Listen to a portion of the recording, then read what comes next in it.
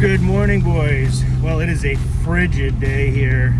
It's crazy how the weather just keeps changing in New Jersey. It's like 1 minute it's hot, the next minute it's kind of windy, the next minute it's snowing, the next minute it's raining. It's just insane. This weather is just absolutely crazy. But yeah, I'm headed into the shop, and I decided to take the Corrado today. I wanted to give you the first ride in it, really, even though it's definitely not the first ride. I've gotten some miles on it because I had to break in the clutch. But the car's full of like snare drums and stuff, so I want to get there, empty everything out, and then we'll go over the car.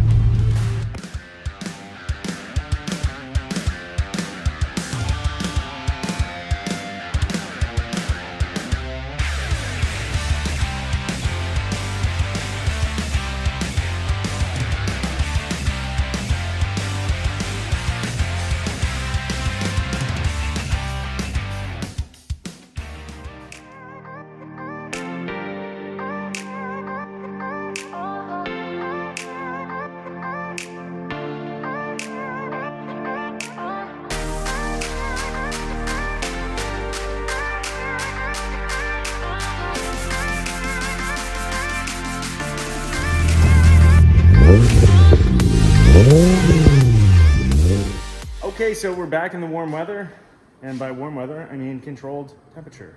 It's too cold outside to talk about cars. So here we are, got the Corrado in.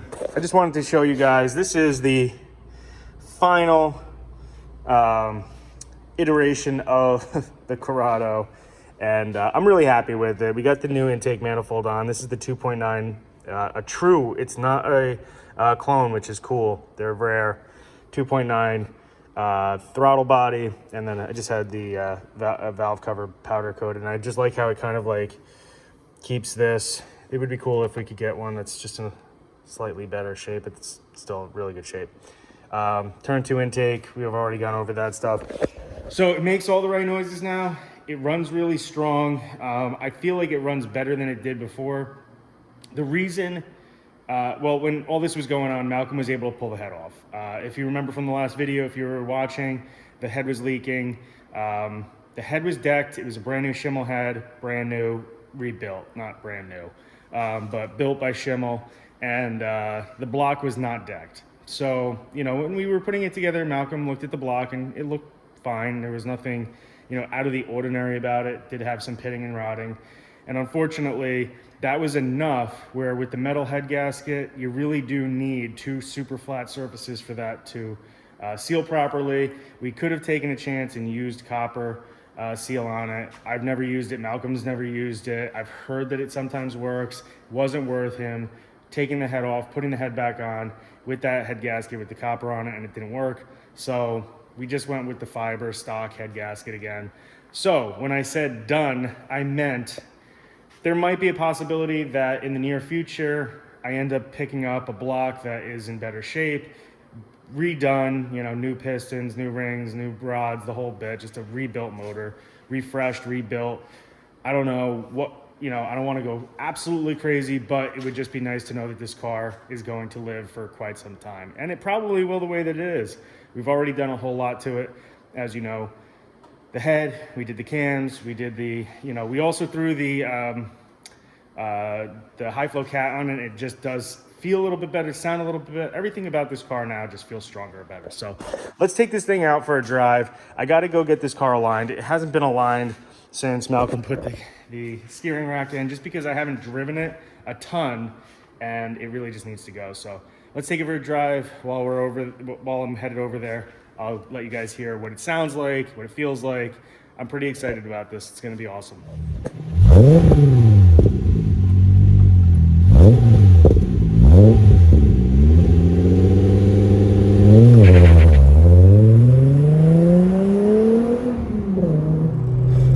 All right, so the car is a little warmed up. It's, you hear that? Definitely has a different tone to it. It's kind of like a different animal now, which is awesome. This sounds angry, which is kind of cool. I've said it multiple times in my videos, and my biggest thing is just driver experience, and this car just gives those things to you. as somebody that's into cars, and all you guys that are watching this are probably into cars,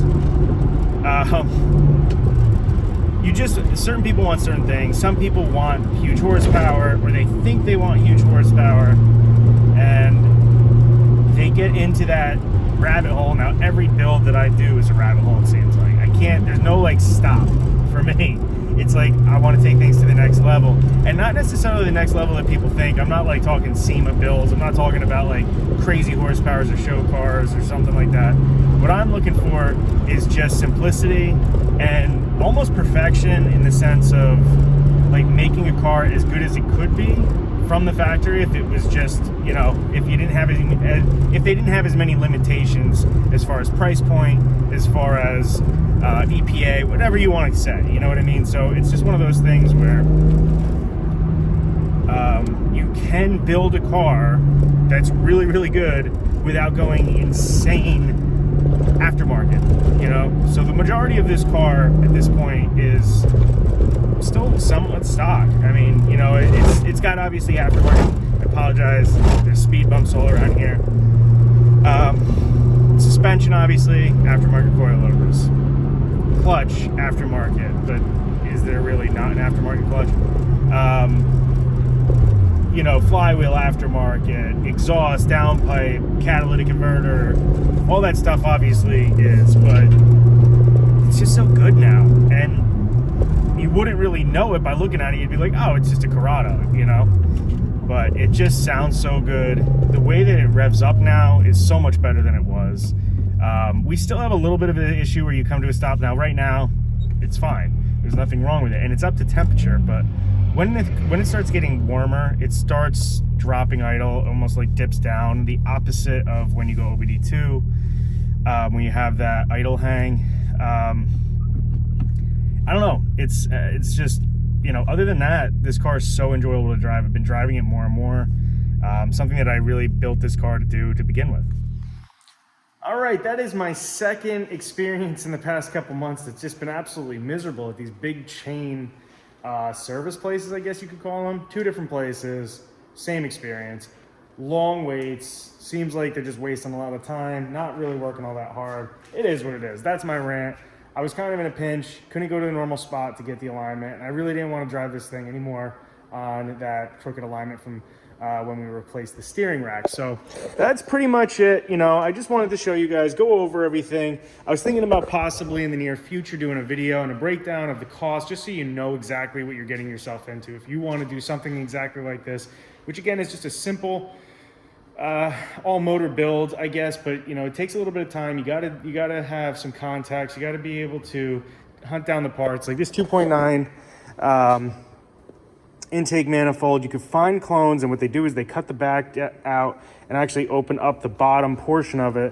If you've had an intake manifold off, or if you've seen one, you know exactly what I'm talking about. Same thing with the throttle body, is just a little bit bigger. And then good luck with the turn 2. I got really lucky on that. I posted up on like a Facebook group or something, and shortly after I posted up, somebody got back to me. So it takes a little bit of time to source all the parts. It's not the cheapest thing in the world. But again, if this is really your only project and this is what you're looking to do, I'll break down the pricing for you. And certain things are going to be based off of honestly just the market and what somebody's willing to sell you the part for, which you can't buy most of this stuff new anymore. So it is what it is, and you just kind of have to piece things together, and you're going to run into some headaches and some hiccups. This is an OBD1 setup, so it's not the easiest to diagnose problems. You kind of have to go back to the old school of just like, you know, air, fuel, spark, and go through and figure out what the issue is. So that's pretty much it, guys, for this video. I appreciate you stopping by. Like, subscribe, and you know, get down in the comments and let me know what you'd like to see with this car. I'm going to be bringing it out a lot to a lot of car shows, local stuff, cars and coffees, and just driving it, enjoying the heck out of it. Maybe even take it to a couple autocross events, but up to you. You going to see that? Let me know. All right, guys, thank you so much. I'll talk to you soon.